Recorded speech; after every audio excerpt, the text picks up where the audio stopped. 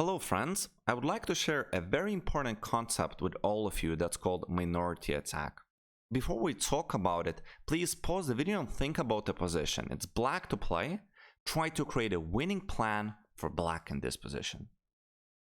Black is a lot better thanks to good knight, which is fighting versus bad bishop. The knight is very active on an outpost, guarded by the pawns, untouchable by the bishop, and untouchable by the white's pawns. It's basically a Superman. The bishop is bad according to the pawn structure in the center. It doesn't cover our weaknesses. It's also passive at the moment.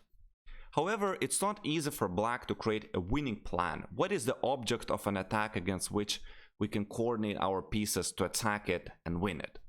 Well, the king is not exactly possible to attack here, I guess, because if you try to bring more pieces to the queen side, to the king side, you also need to play a pawn break like f5. It would only open up the position where the bishop could be getting better. Also, white at the moment has very loyal guards, the queen and bishop near the king.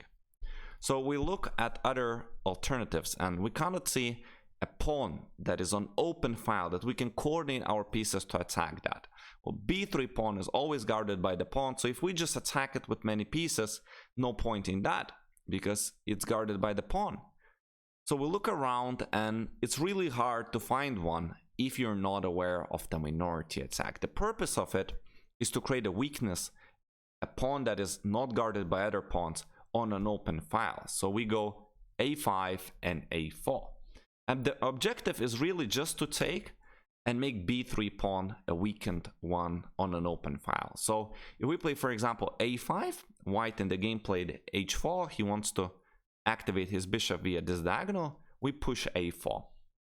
And if he now takes the pawn, then a2 becomes a weakness on an open file. We're going to coordinate our pieces to attack that and probably win it. Now, in case he doesn't do anything, like, for example, bishop h3, we take on b3, he takes back, and this becomes a weakness on an open file. So we can play rook b8 and just coordinate all of our pieces to attack b3, which is going to probably fall. At the very least, we're going to force all of his pieces to be passively defending, and so black wins the game. I hope you enjoyed this short video and managed to understand the concept. It's gonna be helping you a lot and you will know more plans than just attacking the opponent's king. You can consider hiring me as your personal chess coach online. My contacts are on the right, and stay healthy, my friends, and see you in the next video.